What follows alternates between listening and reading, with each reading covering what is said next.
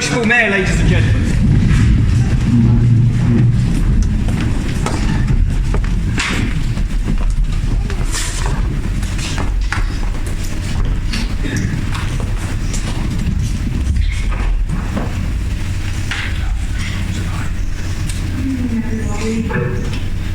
I'm going to ask, I'm very pleased to invite our old friend, the very Reverend Mark Lonnie, to be leading the proceedings this evening. It's very good to be with you this evening. I've just had a very lovely time catching up with the Mayor and her husband. We go back a very long way and have a lot of shared history that has formed us in different ways. Not least because my father was headmaster of St Margaret's Primary School for 22 years, when Nick and all his siblings were there. And Nick's father, John, taught me A-level music at Northgate, and then I read music at university, and he was organist at St Margaret's Church, where the choir was my youth group, as it were. Mr Parry was a significant person in my life. So in some ways it feels a little nostalgic to be back in Ipswich today, although I do pop back 2 or 3 times a year to see someone who keeps me spiritually on the rails, as it were.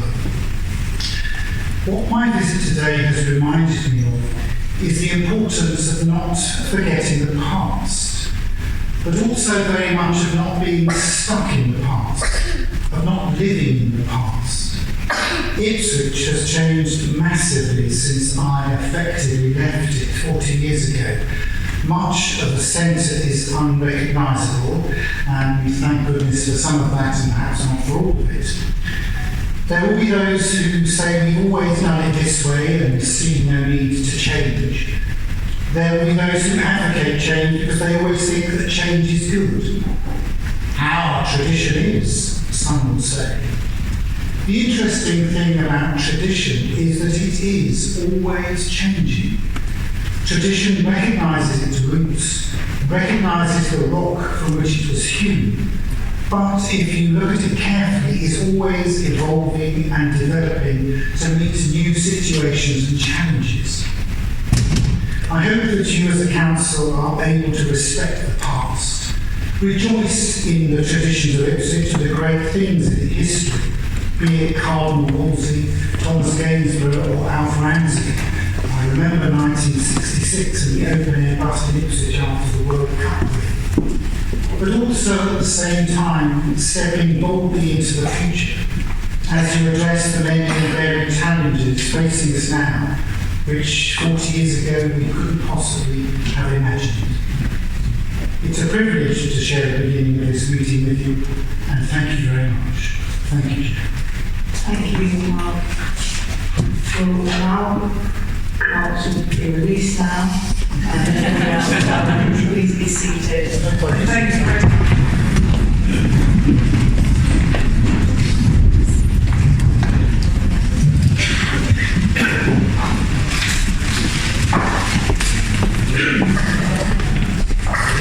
As you know, the usual note that this meeting may be filmed and photographed. And the usual reminder about mobile phones, please, that they should be switched to silent while the meeting is in progress. Thank you. Then we'll move on. Agenda item 1, apologies for absence, please. I've got apologies from Councillors Ross, Maguire and Studd. Can I ask if there are any more, please? That's no, thank you. Then item 2, minutes. May I sign the unconfirmed minutes of the council meeting held on 8 January 2020 as a correct record, please? Thank you.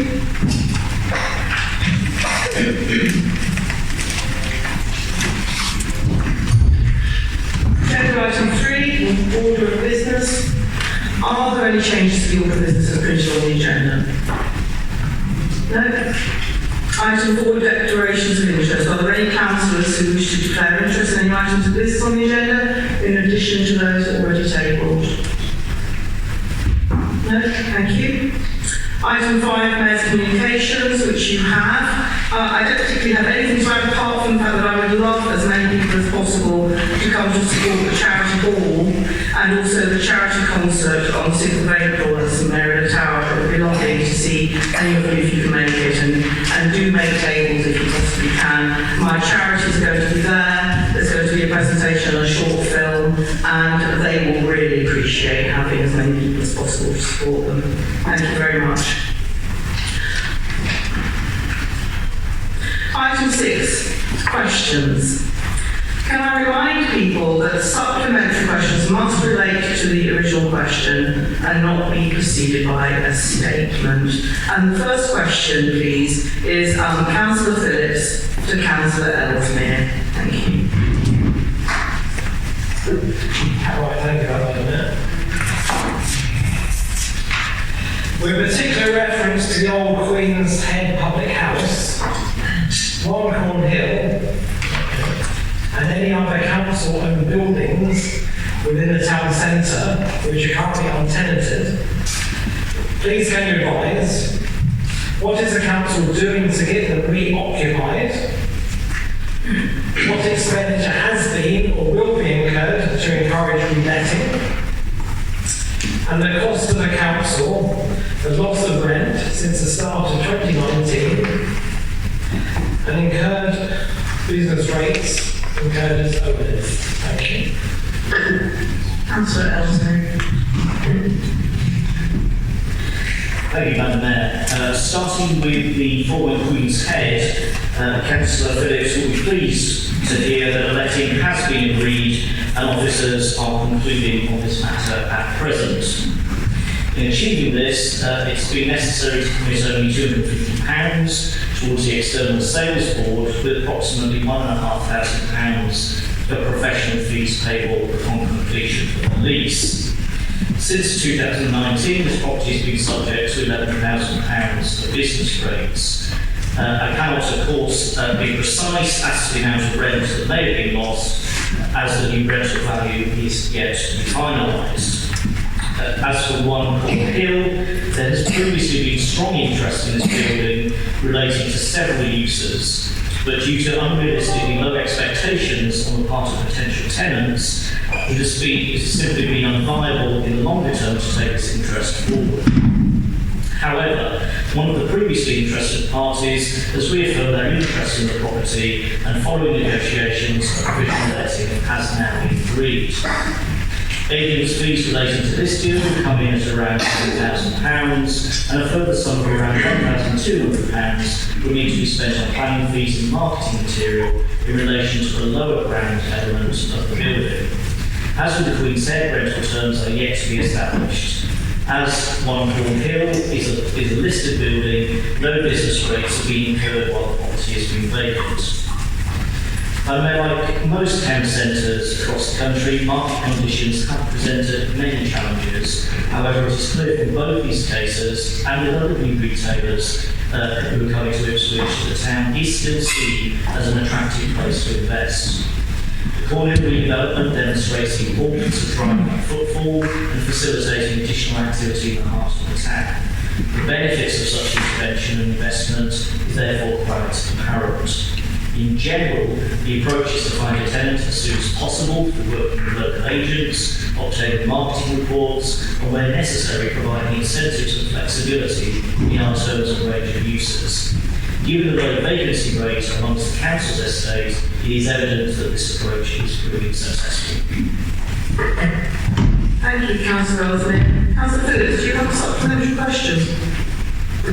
Yes, thank you for that. I want to thank Councillor Ellesmere for that wonderful, fantastic information. I'm really pleased to hear that the two buildings which are asked about in previous years, Ipswich said to be occupied. So the only thing clarify, please, on those two buildings, when there's a likelihood of new tenants moving in, can you also clarify, in respect to part of my question, any other council buildings within the town centre which are currently untenanted, please? Thank you. Councillor Ellesmere, reply. Thank you, Madam Mayor. I've long given up trying to predict with property deals any timescale. We will attempt to get those two deals to completion as soon as possible. Thank you, Councillor Ellesmere. Question 2, please. Councillor Pope for Councillor Ellesmere. Thank you, Madam Mayor. What is the percentage of vacant office space within? Thank Thank you. Councillor Ellsworth to reply. Thank you, Madam Mayor. Because this information is not stored in one place, it isn't possible to give a 100% accurate answer to Councillor Pope's question. But by using various data sources, we believe that the figure is in the range 4 to 5%. Our records suggest that there are currently 198 empty rateable office premises within Ipswich Borough Council, out of a total of 4,700 properties.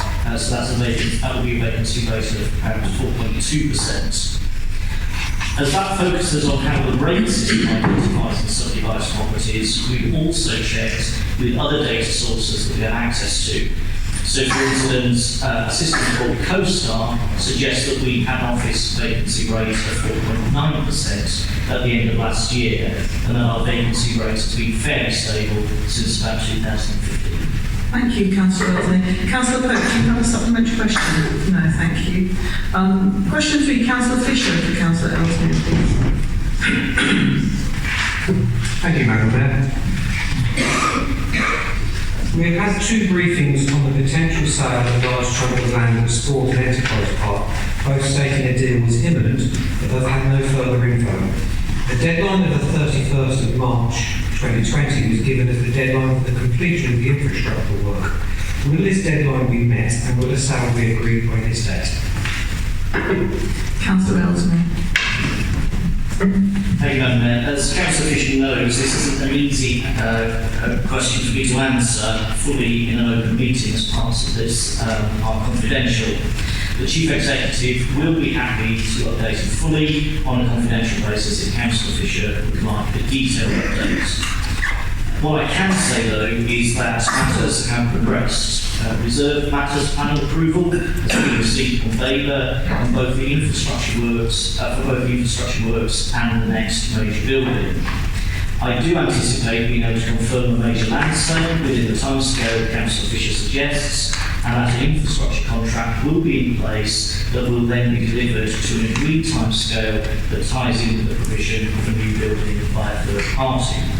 I do apologise that this may be a bit cryptic, but things are progressing well, and as Councillor Fisher knows, I've already said there are legal constraints as to what I can and can't say at this point.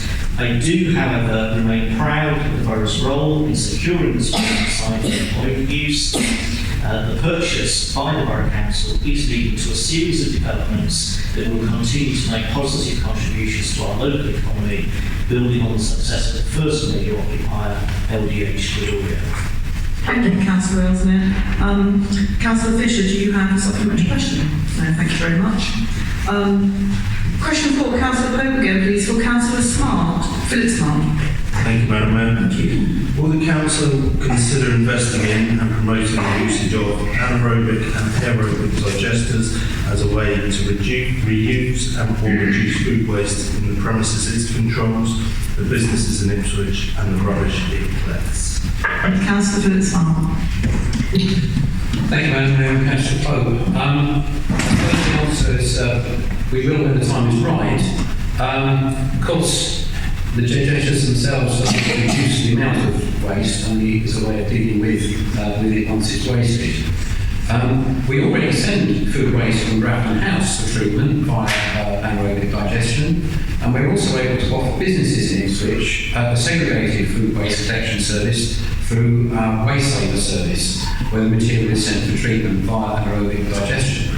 Unfortunately, of course, Waste Saver does not have a monopoly of collection from businesses in the way that the Borough Council otherwise does from domestic households. In terms of food waste from households, this is certainly not the right time to be taking decisions on our own, because we're part of a cycle waste partnership, and as I'm sure Councillor Pope is aware, waste disposal is the responsibility of Suffolk County Council. And Suffolk Waste Partnership will be reviewing its collection and disposal strategy in the light of the government's emerging resources and waste strategy, which it's currently consulting. In the meantime, however, it's absolutely right that we do as much as we can to tackle the problem of food waste. And our priority is to deliver long-term impacts to reduce the amount of food finding its way into bins in the first place. Prevention being better than treatment for our residents in terms of the cost to them as well as the cost to the council. It's worth pointing out that since 2018 we've been working with an environmental charity hub to achieve a 20% reduction in food waste across Suffolk and Milford by 2025 through the Food Salad campaign. And one of the statistics that I find quite shocking is that some 40% of food waste that is disposed of is still in the packaging that it was sold in. And that's absolutely outrageous. Thank you, Councillor Smart. Councillor Pope, do you have a supplementary question? I do, Madam Mayor. When will the time be right to invest properly in anaerobic or aerobic digesters, especially in light of the climate emergency this council declared and reduction in the brown bin collection which this administration has undertaken? Councillor Smart, reply. Well, we're not reducing the frequency with which we collect brown bins. I'm not quite sure where that idea came from, and our collection policy for brown bins is exactly the same as across other districts in Suffolk, several factors that we don't charge. As I tried to explain in the original answer, this is all bound up with the government waste strategy. And it remains to be seen what direction that takes. Certainly there will be increased costs for waste collection authorities if we have weekly food waste collection segregated from the rest.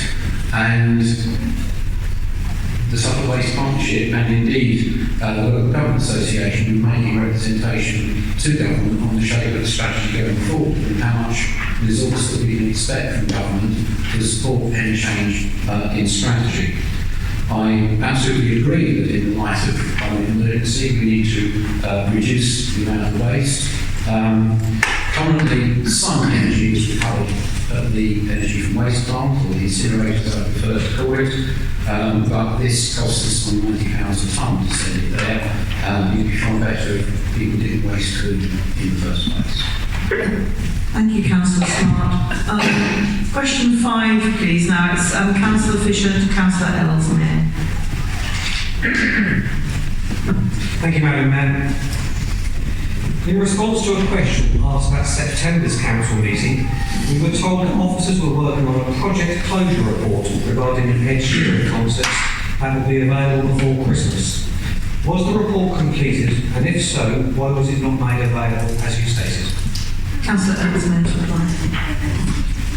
Yes, thank you, Madam Mayor. The project closure process is still ongoing. I expect that we will be able to provide the financial position in the Q4 purchase monitoring reports. Thank you, Councillor Ellesmere. Councillor Fisher, do you have a supplementary question? Thank you. Question 6, please. Councillor Zavaraj. I should remember this because I had it before. Zavaraj, for Councillor Ellesmere, please. Thank you, Madam Mayor. IBC have made a commitment to see the return of Berry Road Park and Ride. Please can I have an update on the work that has been taken for this to happen? Thank you. Thank you very much. Councillor Ellesmere to reply, please.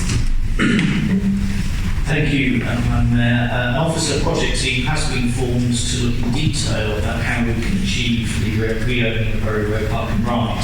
The former Park and Ride site is currently let to tenants, so this is not a simple matter. We will also need a commitment of support from Suffolk County Council to the project and the removal of their threat to shut Top Dock and Martlesham Park and Rides if Berry Road were to reopen. We will also probably need external funding to bring this about, for example from Suffolk County Council as the Transport Authority, the Towns Fund, or perhaps the government's £5 million bus fund. Money from any of those may well be required to enable Berry Road Park and Rides to reopen. Thank you, Councillor Ellesmere. Councillor Zavaraj, do you have a supplementary question? Yes, thank you, Madam Mayor. While I don't disagree with the comments made by Councillor Ellesmere, a number of commitments have been made by the council which, unless unless proper work has been carried out by IBC, those commitments won't be able to be achieved. Can I please ask that we try everything we can to get the service back up and running? Thank you. Thank you. Councillor Ellesmere. Thank you, Madam Mayor. As I've identified, work is ongoing on this. We have legal, transport and property officers looking at how to turn this into a reality. We need to recognise it may not be feasible or even preferable on the current site, and so we are exploring alternatives as well. We should note that the current leases on the site are until 2024, and we currently receive about £120,000 rental from the site. So I think this indicates that this is not an easy project. It will not be an easy project to bring forward, as we are not the Passenger Transport Authority. The fact that we are working on this demonstrates our commitment to improving air quality and congestion, but there is still a way to go yet. Perhaps Councillor Zaffarai should also be asking why it is Ipswich Borough Council and not Suffolk County Council as the transport authority that is having to take this project forward to improve public transport and air quality in Ipswich. It is the responsibility of Suffolk County Council. So far, they're only involved in very good part and right as we close it. Thank you, Councillor Ellesmere. We'll move on to question 7. Mr. Charles Corrigan for Councillor Jones, please.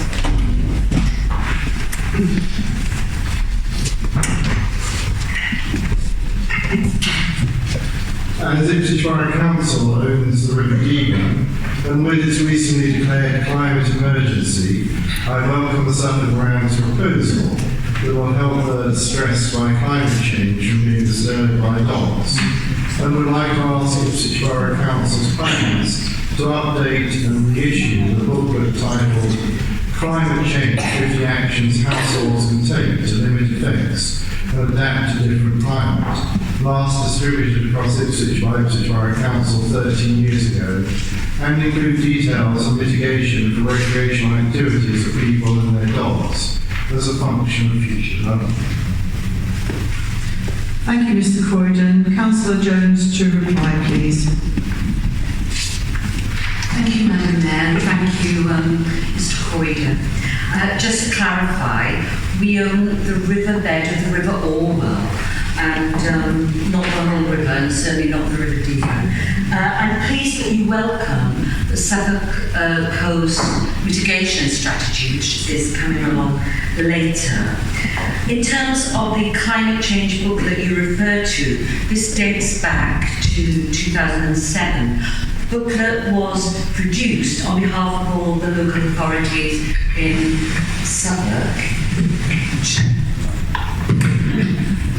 Thank you.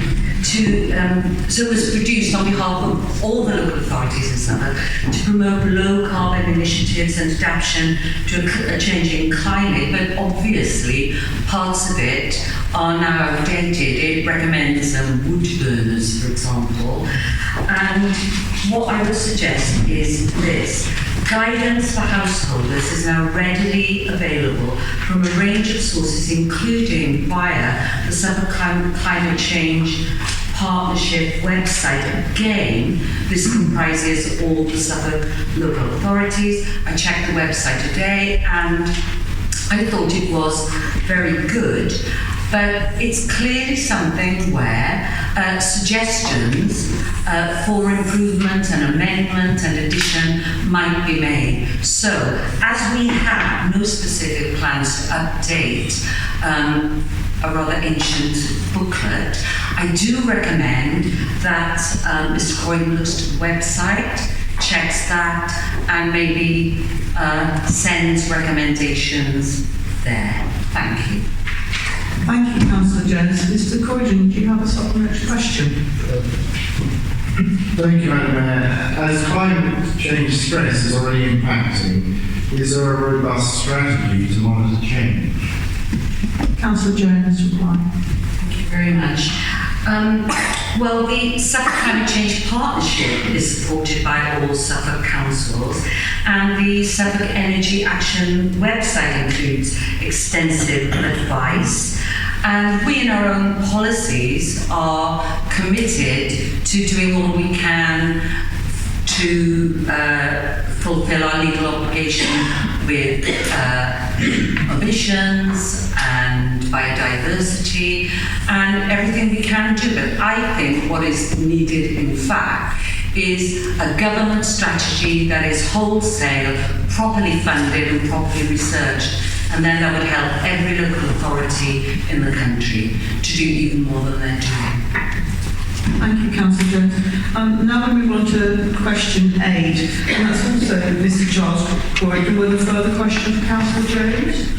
Yes, so the question I have to read out is if the booklet, which we touch on climate change, 50 actions households can take to limit the effects and adapt to different climate is reissued, would there be scope to include also sections on air pollution, such as no idling car engines, and encouraging the growth of wildfires?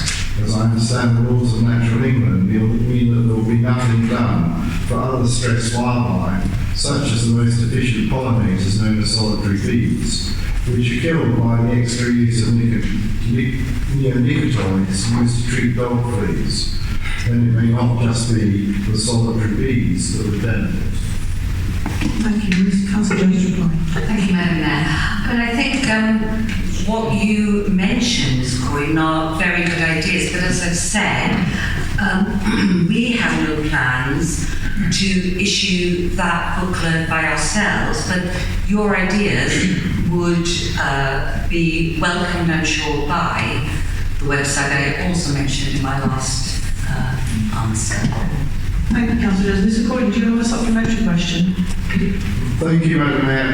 As a politician, what is your vision and future mitigation measures to improve life in Ipswich? Councillor Jones, to reply. Mr.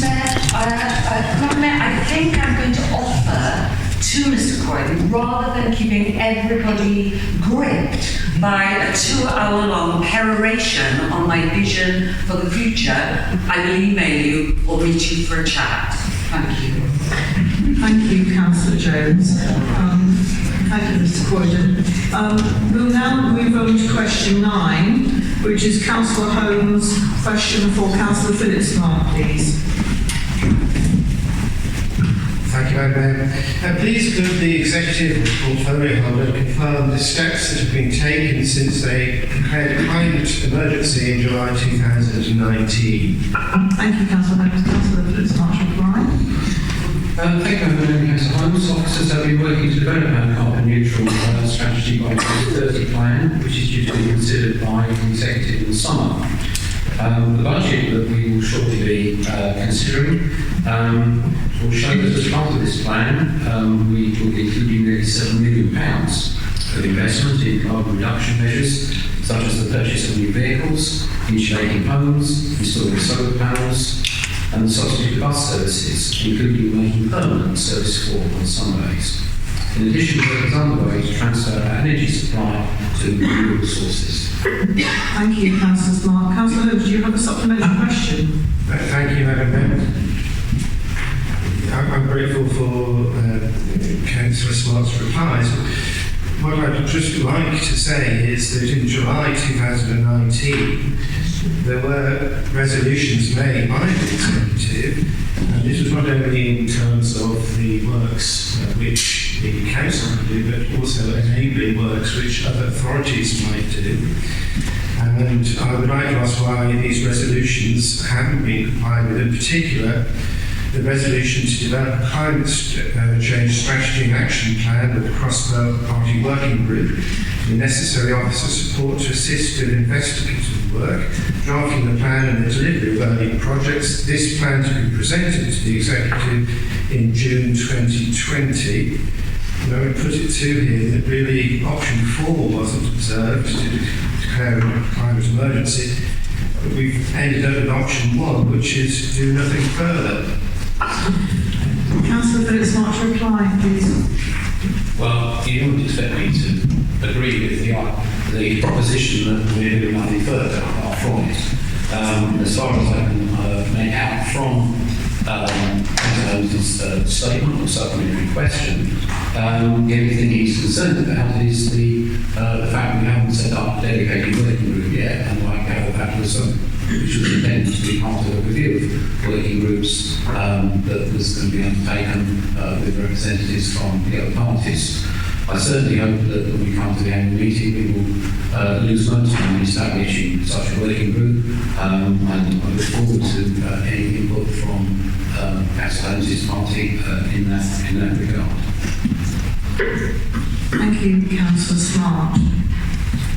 Now we'll move on to agenda item 7, the medium-term financial plan, including the budget 2020 to 21.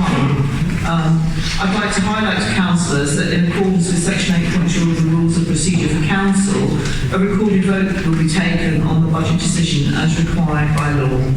I'm going to allow each of the group's spokespersons up to 10 minutes for their first speech. All other councillors will have up to 5 minutes. And we have Councillor Ellesmere to move, please.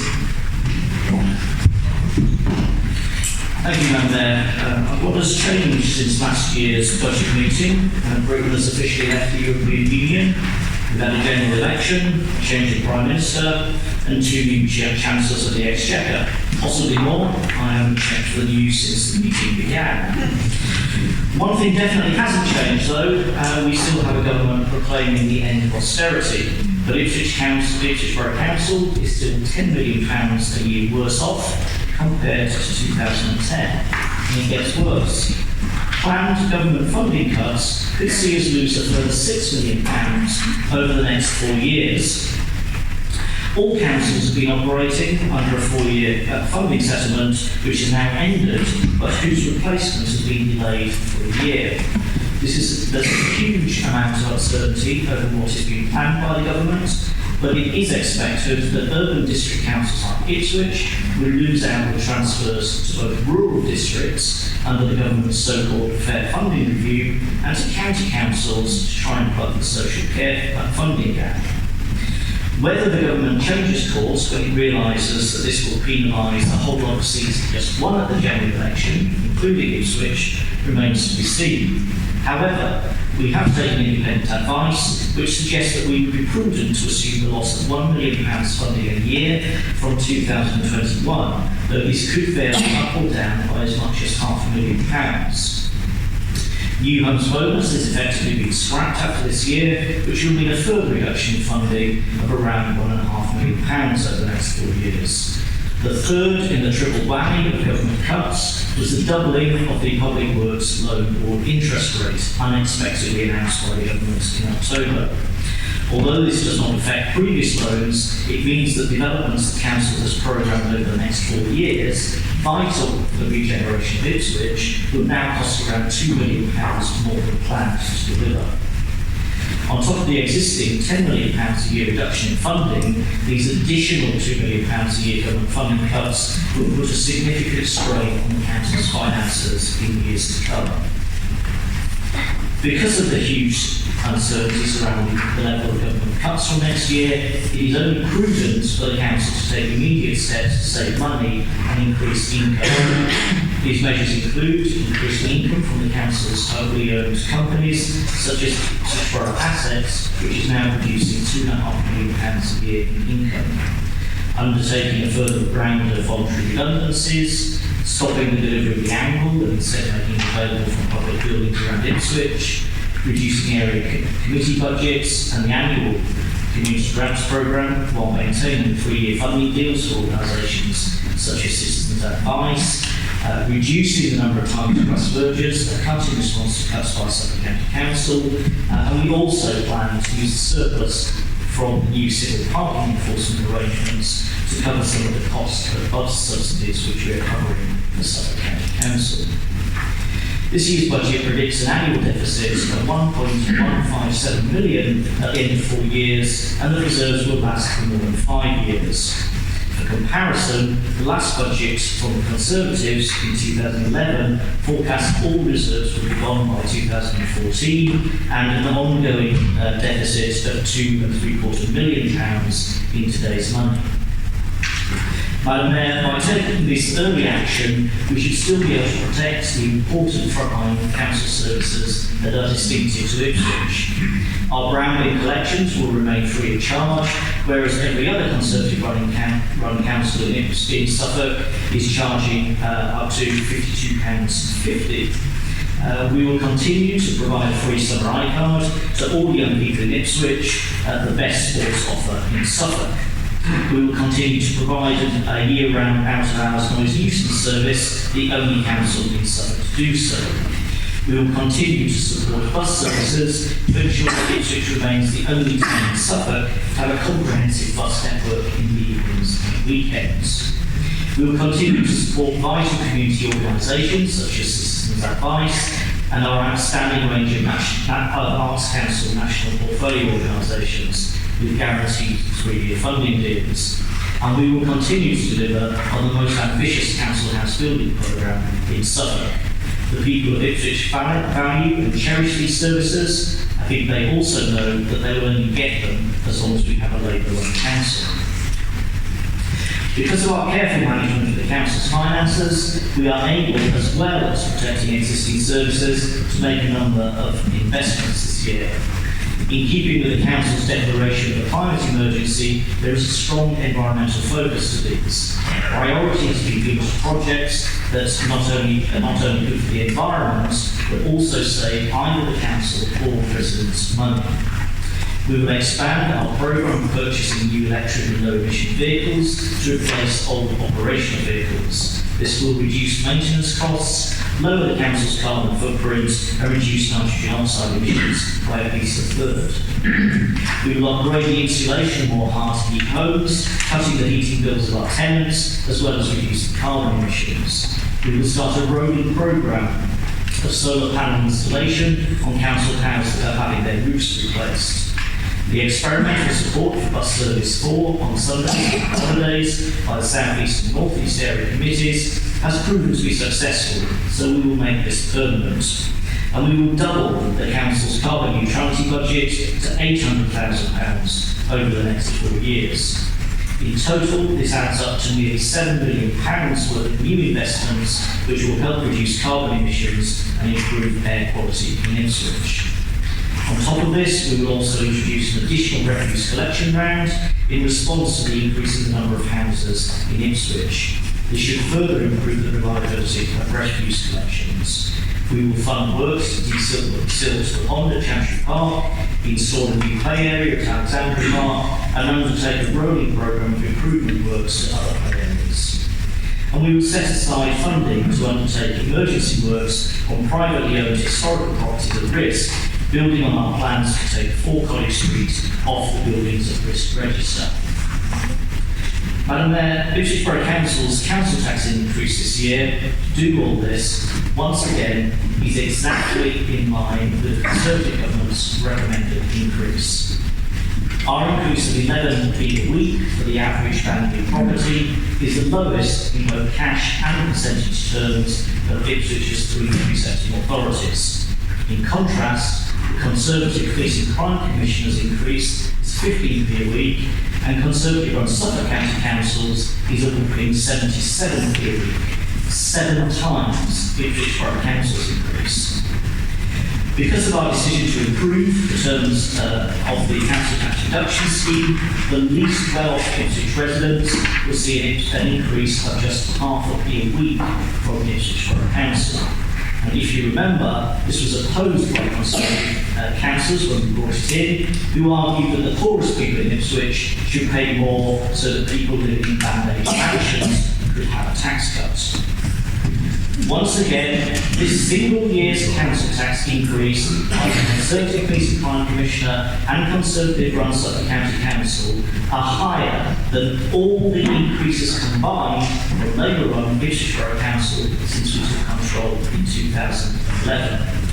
In contrast, Ipswich Borough Council share of council tax will still be lower in real terms than when the Conservatives last run the council.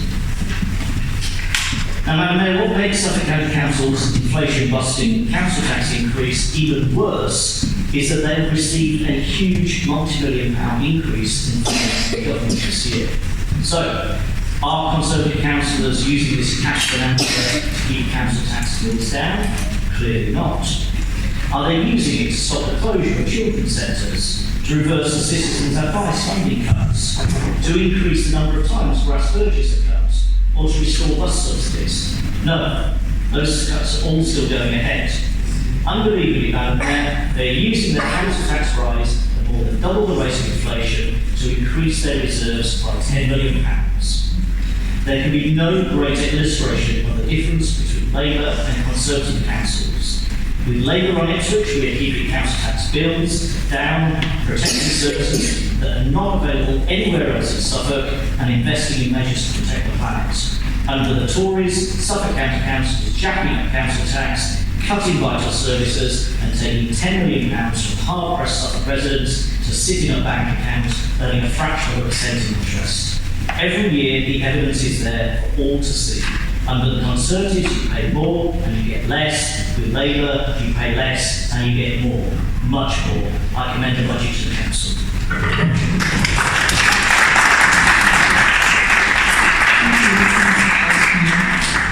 Councillor Martin Cook to second, please.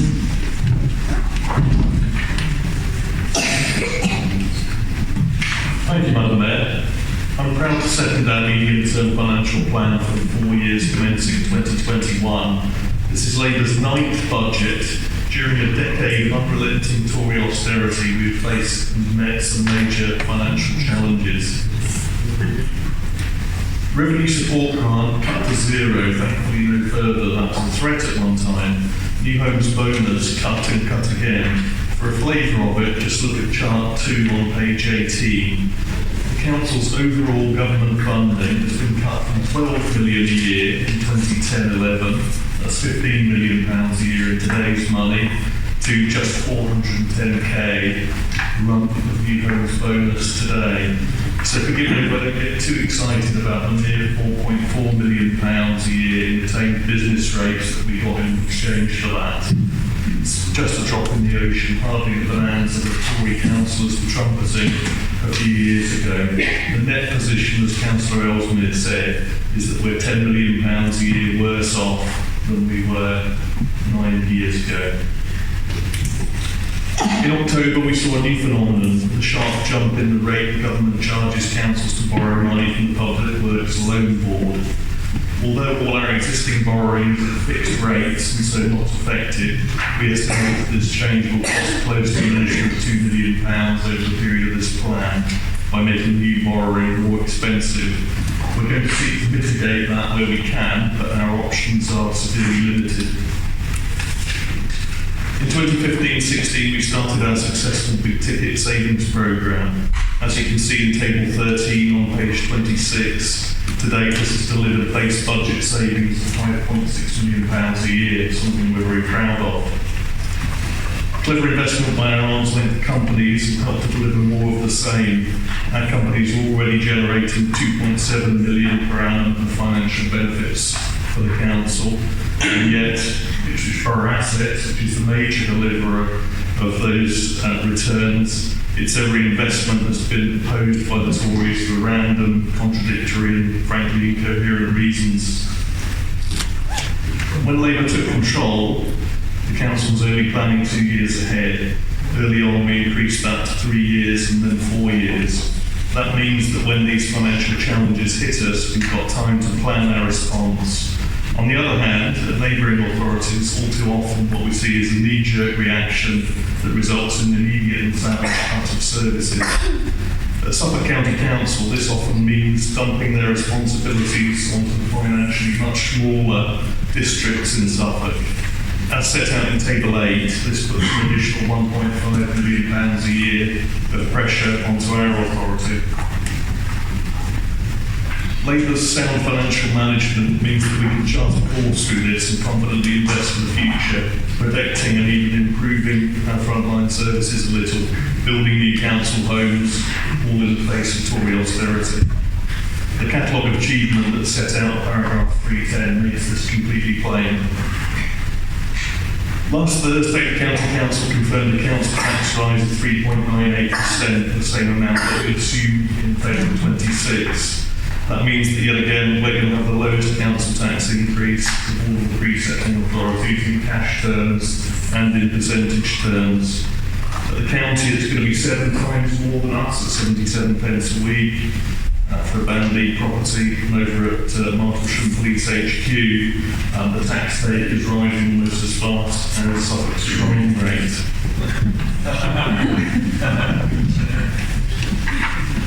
Councillors sometimes get confused about the comparison between our council tax and neighbouring authorities. 3 things that we need to remember here if you're going to compare like with like. First of all, Ipswich has got the most properties in the lowest band of all authorities in Suffolk. Our average band is B. In Baber, Mid-Suffolk and Suffolk Coastal, the average band is D. Ipswich has got more discounts than the other districts, so that skews the figures also.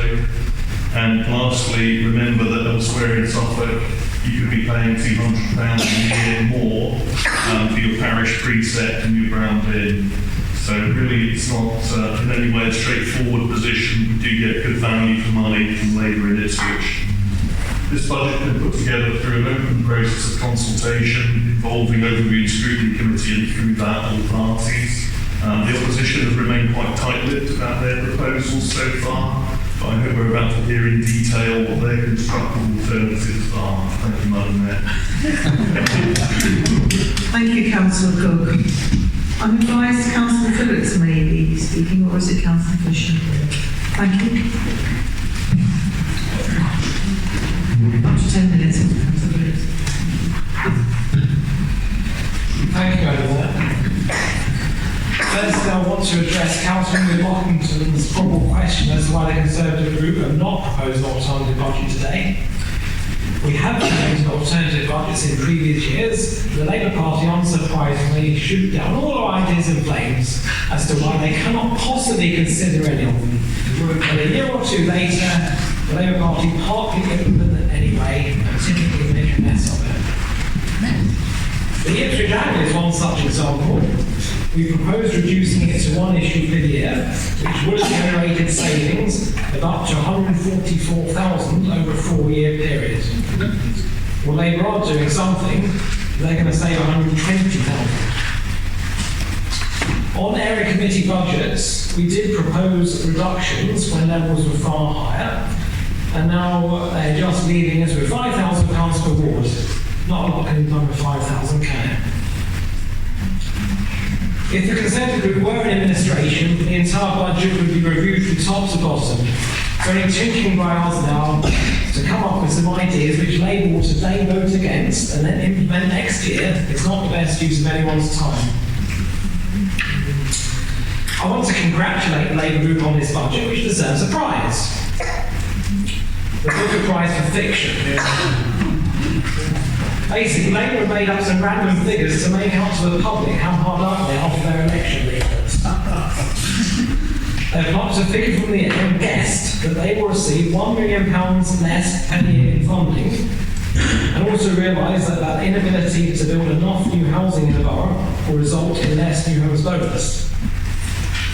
Councillor Ellesmere said at last executive meeting, and today, we could see us lose £1 million each year. Could is not will. They then blame the increase in the PWLB borrowing rate to cost an extra £2 million in interest over 4 years. Labour here are planning to borrow £141 million over this period. It's as clear as mud where this money will actually be spent. The council could choose not to borrow an extra £141 million and be £2 million better off. PWLP borrowing rates have been very low, thanks to the excellent stewardship of the Conservative government over the last 10 years. But rates have now increased, as there is a need to ensure local authorities of all colours are not overstretching themselves. £74 million of this borough will be given to arm's length companies, where it is all hidden behind closed doors, and those companies meet in secret and seem to be accountable to no one. I call on the council to change the arm's length companies to appoint a board member from all political parties holding 12.5% or more of our seats, while still accepting the majority party will understandably have higher representation. This will ensure complete openness, unlike the current situation, where ordinary councils only find out about massive acquisitions after the event, which is damaging this council. The attempts to stop the UK leaving the EU is one such example of politicians ignoring democracy and trying to put their own interests above those of their electors. The former Labour MP did his utmost to stop Brexit happening, ignoring the will of the majority of Ipswich voters who voted to leave in 2016. But in December, the people hit back and elected a new Conservative MP in Ipswich who respects democracy and voted for Brexit to happen. I did suggest to the administration that we should have some sort of celebratory event on the 31st of January, respecting that some people felt different ways and not being over extravagant. It is the most important event in national story since 1945, but the Labour Party said no. One of the top 10 objectives of a corporate plan is to improve the quality of the town centre. It seems that Labour Group have a different idea as to what quality means. But that again shows that they're ignoring the will of the people and doing what they think is better. Councillor Oldsmith said at the recent executive meeting regarding extra business rates relief being given to some businesses from the Conservative government. This is clearly good news for businesses who benefit from more discount. But large national retailers are having torrid times and will not benefit from these measures. End of quote. It's great that the leader is acknowledging the government's help. However, in Ipswich, it's not just the changing face of retail national chains have to deal with, but they're having to deal with a self-serving Ipswich assets run by Ipswich Labour. I'm thinking of the Dorothy Perkins Burton store. Due to a CVA arrangement, the parent company was entitled to a rent reduction. The IBA were happy to lose one Ipswich high-quality fashion retailers and get rid of them. The store was quite popular with younger people, professional people. And so this is one of our remaining stores which did attract that important demographic group. Surely we want good quality national chains in our town centre as part of a wide spectrum of retail outlets in our town, attracted to everyone. Clearly they don't think so, and they're putting their money-grabbing tactics over the need for a quality town centre. The loss of this store, despite it being replaced by a shoe shop, would be a serious detriment to our town when we're trying to get more retailers in. The borough's retained business rates are forecast to drop by £70,000. This administration needs to exercise a business-friendly policy and then actually collect the business rates which are due. The council has written off £683,000 of business rates in the last 12 months or so. What a waste. We need a more proactive administration action which empowers and encourages the officers to seek out outstanding debts at a far earlier stage. It just now seems that business rate write-offs are a normal agenda item when the quarterly finance reports are considered by the Executive Committee. The Labour administration happily waves them through without a great deal of questioning. This administration loves to praise itself over its new provision for homeless people at Sygate Lane, but it is now running at £856,000 over the intended budget due to extra works needed. Most recently, £250,000 for new boiler and alarm installation. Why was this not ascertained when the project was initially planned? I just don't understand. The government gives hundreds of thousands of pounds to the council for Homelessness Reduction Act and last sleeping funding, and the council was on to use some of that for Sygate Lane. Now the council is forecasting to receive £125,000 in extra car parking income.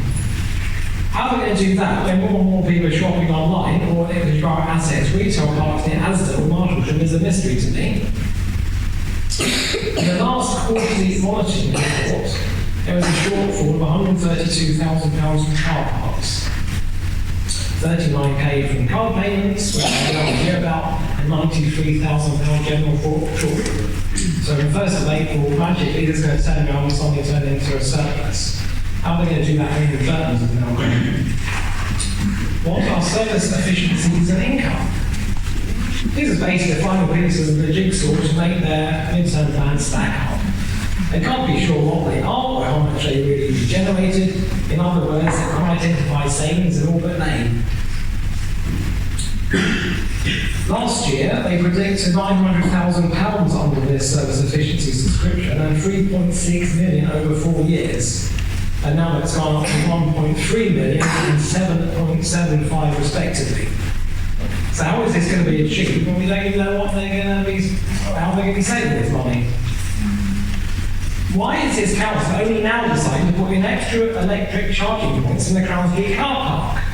We suggested this when it was being built with their buildings, and now they're incurring extra costs now.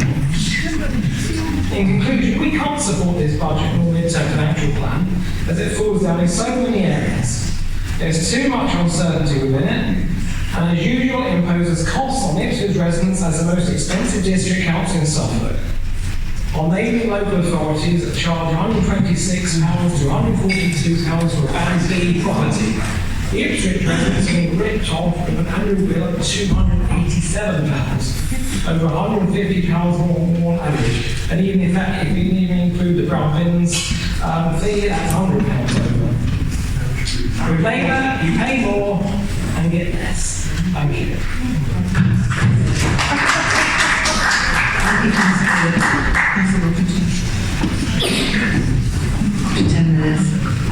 Thank you, Madam Mayor. And I suppose I should take this here is my second speech tonight, given I Councillor Phillips had already said something. But I better start with my speech. And the first thing I must do is thank officers, because they clearly, there's a lot of work involved in putting the budget together, and I think that's certainly something which we must acknowledge. And then, firstly, I would like to acknowledge considerable difficulties that arise from the inactions, and instabilities, and especially where they are mentioned, by exception it's mentioned in the report and has been mentioned here tonight, which are being generated by national government. The lack of a clear 4-year budgeting platform to inform our 4-year plan is remarkably unhelpful and show just how little the needs of our tier of government how little our tier is understood by central government. And at the same time, they are content to disestablish its own treasury in the interest of dictatorial control at a time when it could be a great risk to our country's financial future. That seems really very strange of a government. Turning to this budget, we the Liberal Democrat group we're going to abstain tonight. We fully recognise the duties of a council to set a legal budget. This doesn't mean that this is precisely a budget. If we had been in administration, we would have put it before you. We note the great statement of the Labour Group's priorities within the top 10 list. Firstly, we were astonished, having recognised the reality of our climate emergency. There is no priority given to this within the top 10. We would have assumed that that would have been a clear first priority to deal with the climate emergency. We, as a group, will be pressing hard to ensure that the borough matches actions with words. We recognise ongoing activities such as upgrade of home estates in terms of energy efficiency and the use of capital to provide for cheaper and cleaner vegetable, I'm swallowing my words tonight, and cheaper electric fleet of services, vehicles, etc. So clearly there are some things happening, but that has of course been going on for some years when we've tried to do carbon reduction. It would be good to see, for example, a tree planting budget to support an ambitious tree planting program on Ipswich Borough land, and a policy working with Suffolk County Council to ensure a comprehensive deep cleaning of our streets so that major rain events can be mitigated through keeping gutters and drains free of debris. We too have a farm to the north of Ipswich, or some farmland. It would be really good to know what good we can do for the environment with using that farmland to the best for our climate, not to have too much climate change. We hear that the brown bin collection is free in Ipswich, but we know that we pay for it in our council tax, and I'm very happy with that. I have no issue with it. But that's just how, we shouldn't say that it's free because it is paid for one way or another. It also would be good to see evidence of a comprehensive parking strategy that support the funding projections within the budget. With respect to income from Ipswich Borough car parks, which on past experience may not be achieved, but also takes into account the impact on long-term residential street commuter parking, on income, street maintenance, and especially street cleaning, and the promotion of green options that provide alternative to the car commute. Secondly, we support the desire of the Council to enable opportunities for all to engage in physical and mental recreation and health promotion. Though its sport and leisure portfolio and budget. However, we are very concerned about the financial control there. We know that the sports budget appears to be going up year on year, and tonight's budget, if it's voted in, is 12% up on last year's proposed budget.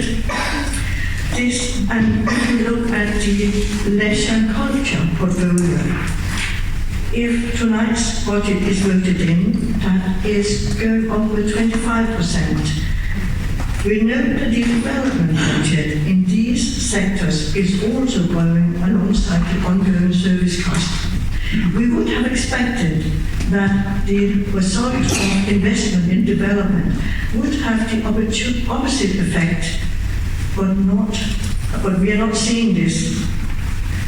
Thirdly, we learned recently that the tragic result of Grenfell has led to a return of business to our building control service, away from building control commissioned by the developer to the private sector. This is a possible re-establishment of professional assurance, free from the possibility of too cozy relationship maybe between developer and its regulator. We greatly value the strengthening of the Council's business control reputation and capability that this trend should encourage. However, in welcoming this, we are surprised to observe that the cost under building control is increasing, given that this is one of the places where the Council can charge for services. We will certainly be keeping an eye on this and ensure that the financial benefit of the increase in commissioning are reflected in next year's budget. Finally, we are concerned that the neighbourhood four-year plan is very reliant on income from the commercial activity in its arm's length businesses. The borough is the sole shareholder for these businesses, but the citizens of Ipswich are the underwriters. We on the opposition benches have no access to the commercial sensitivities and businesses activities that these companies are engaging in, and yet we have the responsibility to the residents who are underwriting these businesses. The post-Brexit business environment is very unpredictable and is the behaviour as is the behaviour of our central government, which wasted double the cost of public borrowing. The legal status of the budget that the Labour Group are proposing tonight is guaranteed through projected business earnings, concerning which we have no mechanism to evaluate assurance and risk. The Council will understand, therefore, that we cannot support the budget, so we will be abstaining tonight. Thank you, Councillor Lockington. I've had one indication. This Councillor Crichton will speak. Thank you. The benefits of the reductions, the severity of the reductions in funding that the borough has suffered in the last few years has already been spoken about. One of the measures that we have taken to try and mitigate against this lost revenues is the introduction of local borough training funds, something that both partners in opposition have referred to. This has benefited the council not just in providing the forecast 2.74 million of income in this financial year, also providing a stimulus to economic growth and development, and the ability to bring services back in-house and provide improved terms and conditions to our employees. The revenue is helping to protect frontline services provided to Ipswich residents, and we need to increase these returns in future years to continue to protect these services as best we can. This will be done within a balanced risk-managed framework, although there is recognition that there is risk involved. Ipswich Borough assets have already developed into a relatively mature company that is financially independent of the council.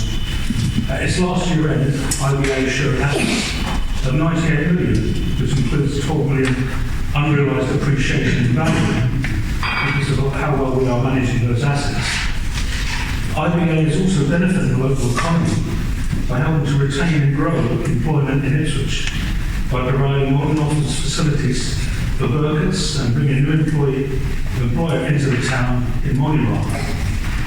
Ipswich is continuing to develop and has been able to bring all of our cleaning services back in-house from Norse, and in doing so, improve the terms and conditions of our cleaners, who are an important and valued part of our workforce.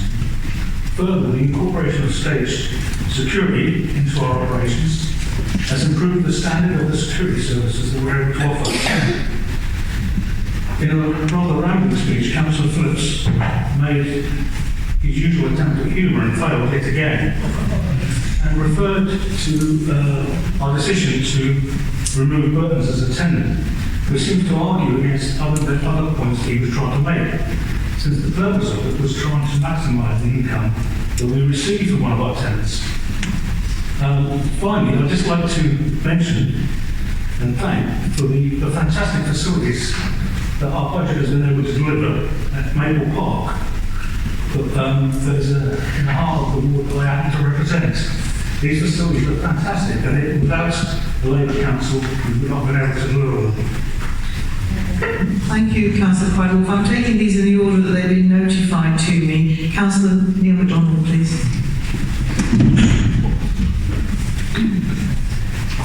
Thank you, Madam Mayor. I welcome this budget, and I'd like to thank the officers and councillors who were involved in giving us a good budget, also given the circumstances. The housing revenue account is, of course, under less pressure than the general fund, and that does allow us to do a lot of investment in our council housing stock. Councillor Ellsworth has already gone through the highlights of how we're going to tackle the energy efficiency of our stock, and that will be a major plank of the housing asset management plan over the next few years. We're also intending to offer a better leaseholder and tenant engagement in the coming year that will help us hopefully bring some extra revenue to the borough. And you will see from table 21 the captionally entitled HRA Capital Additions. You'll see what's going to be one flats over the next few years, and add lifts, improve lifts in our shelter schemes. So I suspect that the upgraded communal TV will be most welcome for the tenants. So while the HRA is in good health, the general fund is less good, but it has provided us a base to spend over £2 million on homelessness and rough sleeping, which is of course a general fund item. We do get about a third of that from grants, but in the last 9 months, the borough has worked with 86 rough sleepers and another 232 people at risk of losing their homes and becoming rough sleepers. So there is still a demand for that service within the town. Clearly, to provide a proper solution to homelessness, we need to provide more houses, more accommodation of all types within the borough. In an average month, we get about 300 new households on the waiting list. In January, there were 505 new households on the waiting list. So the demand for housing is still enormous. And it's only through the stability of this budget that will allow us to borrow against the HRA so that we can build the houses that we need to meet the demands of the population. Thank you, Councillor MacDonald. Councillor Barber, please. Thank you, Madam Mayor. I would like to say thank you to the officers of the Town Centre portfolio. And I'd like to highlight the achievements of that portfolio, such as the Music Day in the Indiana, the Regional Theatre celebrating its 90th anniversary, and Elmer HQ at the Town Hall, which has done so much to attract people into the Town Centre. I think we can all agree they were wonderful events and things that everybody enjoys attending. Thank you, Councillor Barber. Councillor Churchy, please. I should be reasonably brief. I listened to Councillor Ellesmere and I just have to say that in one hand he talks about austerity, which means living within your means, and then on the other hand he talks about all the different achievements. If you look at 3.9, there's 26 points there of spending that we do. I'm not saying I disagree with them, I agree with most of them, and I commend a lot of them, but it's still stuff, there's extra stuff there that we're not obliged to deliver. So if we were so badly off and austerity was such a terrible thing, all this creative thinking, you can brag about the third-party companies that have been developed, bringing in extra income. It's a bit like saying, my boss is really mean and he keeps reducing my pay every year. However, I've managed to find some savings where I've been wasteful. I'm now going to do my garden and put children's equipment in and have a holiday and pay for a party for the whole street. I mean, it works both ways. Either there is enough money to do these 26 things or there isn't enough money. So I commend that they've managed to be creative, which is what austerity was about. It was about getting rid of wasteful deliveries, keeping up a good service. And if that's everything's been done, I really don't know why every year we have to listen to the same moaning. We get Suffolk County Council comparing apples with pears, how much their budget is much bigger than ours. So anyway, let's talk about some of the stuff that is in the list at 3.9. I particularly commend the work to try and reduce county lines and the 140,000 Seeds for Change where bids are currently being considered. The Ed Sheeran concerts were truly successful and they were so well planned, that's why they're so thanks to the hard work of the officers. I look forward to seeing the report to see how that affected us financially.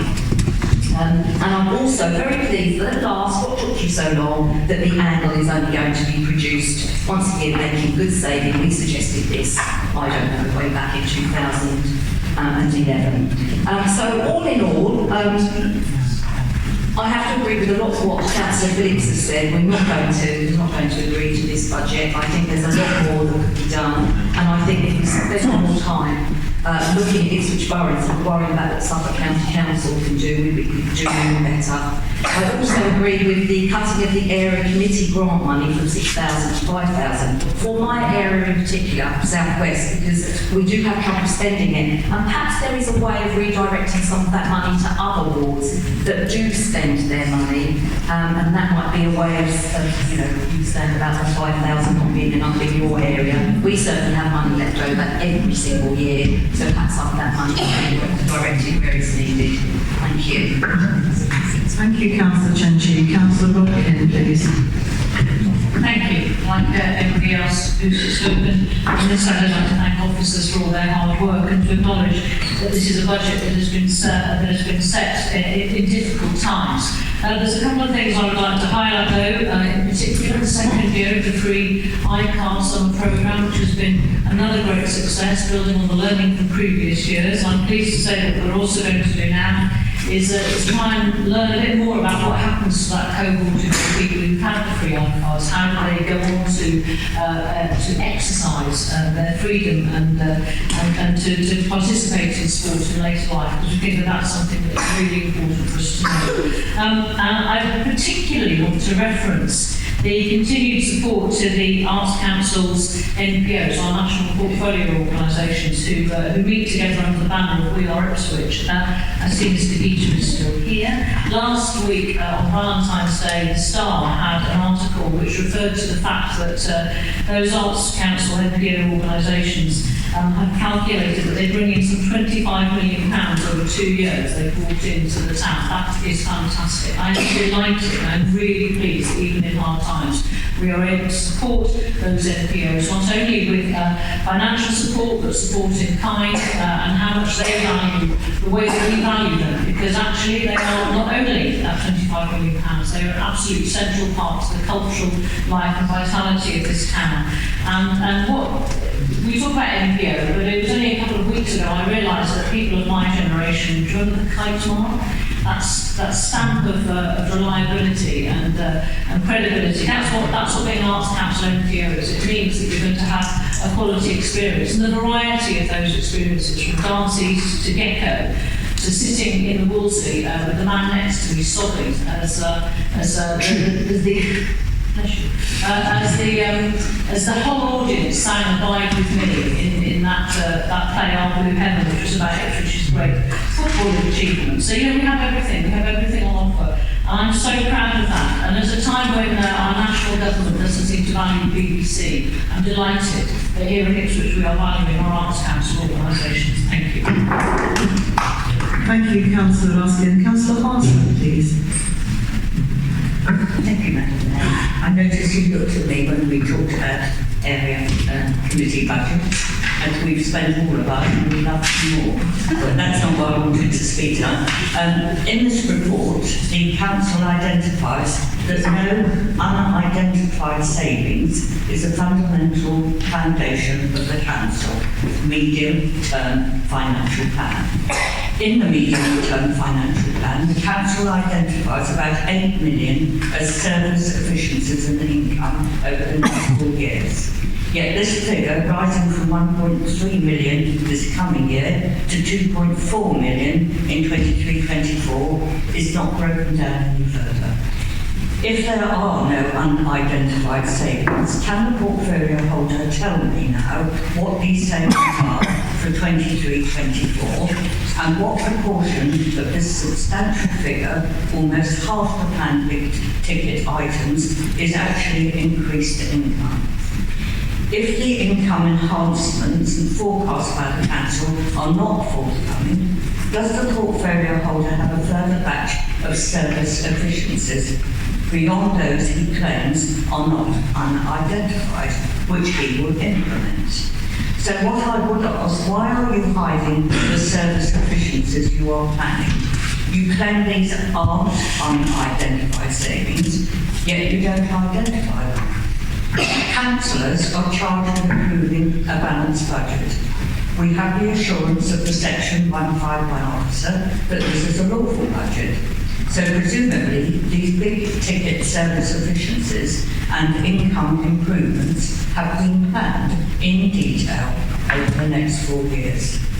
I don't see how we can possibly vote for this budget when so much of it appears to be a hidden approach to services.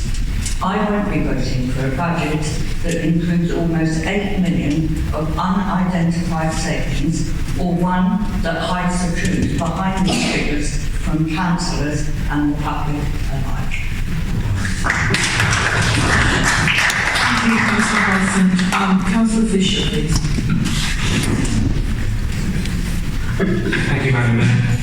I just check around a bit. I do first check the work in the Suffolk County Council chamber. because I believe that both Councillor Ellesmere and Councillor Cook must have thought about last week's county council meeting. I feel I have to come back on what Councillor Croydon said on the valuation. The valuations, £11.5 million worth of additional valuations for the arms companies. The auditors questioned every single one of those valuations, and the auditors have completely different figures, and so I'm not too sure how true those figures actually are. Also, he mentioned about Mayland Park. Yes, Mayland Park is a wonderful place, but is it right in thinking that council officers have to go down there every single day to clear up the mess left by certain sections of the community that decide to actually You can shout, this is true. Council officers go there every day and spend at least an hour there. As far as brown bins are concerned, yes, Ipswich residents don't have to pay an extra surcharge for them. But let's face it, thousands of Ipswich residents live in a flat and don't use a brown bin, so that means you're actually charging loads of people for a service that they can never, ever receive. I think Councillor Phillips has outlined our disappointment with this budget. I've looked at how other councils announce their budgets and central government funding, and they explain it far better than we did here. They explain the fair funding formula currently being worked on and expected to be in operation next year, and the £2.9 billion the government's giving to councils, which mostly goes to our children's social care, but he's also having £54 million going to homelessness. An additional £40 million for discretionary housing payments, I know nobody said anything about that. The £240 million available for the town's fund, and we need to ensure that for once, a good chunk of this money comes to Ipswich, instead of ending up with one of our near neighbours, such as Norwich, Colchester, Chelmsford, or even Bury. We don't hear of the £400 million compensation scheme related to an under-index of the business restaurant. We will receive probably a six-figure income from that. We don't hear of it because it doesn't fit the narrative for this depressing forecast. Everything about how these numbers are presented has been done to fit a pre-agreed narrative. I've looked at many other council budgets being presented across the country, and we've had to look really, really hard to find one that predicts such a shortfall in government funding over the coming years. Why? Because it fits our narrative. Why are we only budgeting for a 1% rise in fees and charges when every other year it's been 2 or 3%? There are no economic indicators to suggest that 2021 will be a worse year than all the others since this administration came to power 8 years ago. I'll tell you why, because it fits the narrative and reduces the potential expected income, making the situation look worse than it actually is. If things were as tough as we're led to believe, would we really have £73 million of general fund capital spending being committed over the next 4 years? And that's in addition to the £31 million spending predicted for this current year. So that's an eye-watering £104 million of general fund capital spending over the terms of this medium-term financial plan. That's an average of about £18 million annually on capital projects, which is an eye-watering amount when you consider the net service expenditure for this council for the general fund for 1 year is £22 million. We're borrowing at a level of about 80% of our net expenditure, a level that does not suggest that we are unduly worried about the future of the council's finances. Then we have the indicative amounts likely to be loaned to Ipswich Borough assets, totaling £74 million over the next 4 years. Now, this is included in the capital plan, but it is striking and included in the forecast of how much extra interest we're going to be paying. But it's striking that it's not really included anywhere else in the figures, and so you can't see any additional income that we may be getting from this £74 million. The expenditure is shown and the potential income isn't, which is another way of making these numbers look like they actually are. If the future is as financially bleak as Councillor Ellesmere and Councillor Cook would lead us to believe, wouldn't it have been prudent to re-evaluate the entire capital programme based on the current rates of interest payable and take into account further potential increases in the rate of the Public Works Loans Board? That's not me saying I think it needs to be done. But if things are as bad as what we're led to believe, then surely it's prudent to look at future spending. Any organisation that is needing to make millions of pounds of savings should be looking to maximise income generating opportunities as much as possible. And this is an area that once again we seem to be failing terribly with. Car park income is reported to be missing its budget targets in the recent budget monitoring report, yet for some reason we're forecasting a rise in future years. We've reduced the staff and wage saving to save money, yet have lost significantly experienced people in this process. A lot of the business development. Councillor Fisher, your time is up. Are you able to wrap up quickly? Yeah, it's now we undertake by Ipswich, using people with little or no experience of waste management. Once again, we've failed to generate income and services that we own in this council. Starting new point. Thank you. So rude, We've got one more at the moment. Councillor Jones, please. Thank you, Madam Mayor. I want first of all just to make a comment on Councillor Phillips's point about business rates write-offs. Every local authority is plagued with these, and ours are as the result of fraudulent activity, where we took, for example, my community to court, and we're just left with what we have to do. I'd like to point out that, I think it was with regard to Councillor Chenchi's point, there are statutory and non-statutory services which we supply. The museum service, for example, and events, these are discretionary services. We could choose not to have a single event all year. We could choose to close our museums or have them open with absolutely nothing going on with them. But I don't think anybody would really want to see that. Our music, our exhibitions, our arts, for some of our children and some of our families, this is the only access to the arts and to free cultural activities which actually nourish the soul and are really important for people to have fulfilled and happy lives, and we provide them, and it is a good use of our money, not something to be thrown aside. And we are really fortunate in Ipswich that our museum services are excellent in getting the confidence of important and helpful national arts organisations like the V&A and so on. We get Rodan, we have the Sheeran exhibition, we've got Marvel coming. There are things for everybody. I'm sure nobody is suggesting that we stop that. Now, planning is actually a statutory activity. It's a statutory service, and again, we are really fortunate in that we have a really well-performing planning department who have got for us through a bid £10 million to support the infrastructure at the Ipswich Garden suburb, where our planners determine planning applications. They are in the top quartile nationally every year because of their efficiency. And I want to thank all the officers involved with that. And lastly, I would just like to comment on Councillor Chenchi's fantastical definition of austerity. Austerity is about the deliberate impoverishment of communities and individuals and families.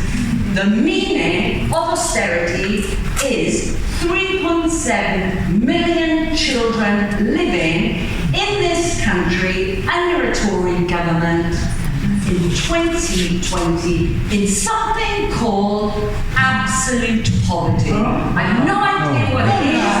I don't know what's different. I don't know what is different about children living in poverty and absolute poverty, but I'm damn sure it's worse, and it's your government that has done it.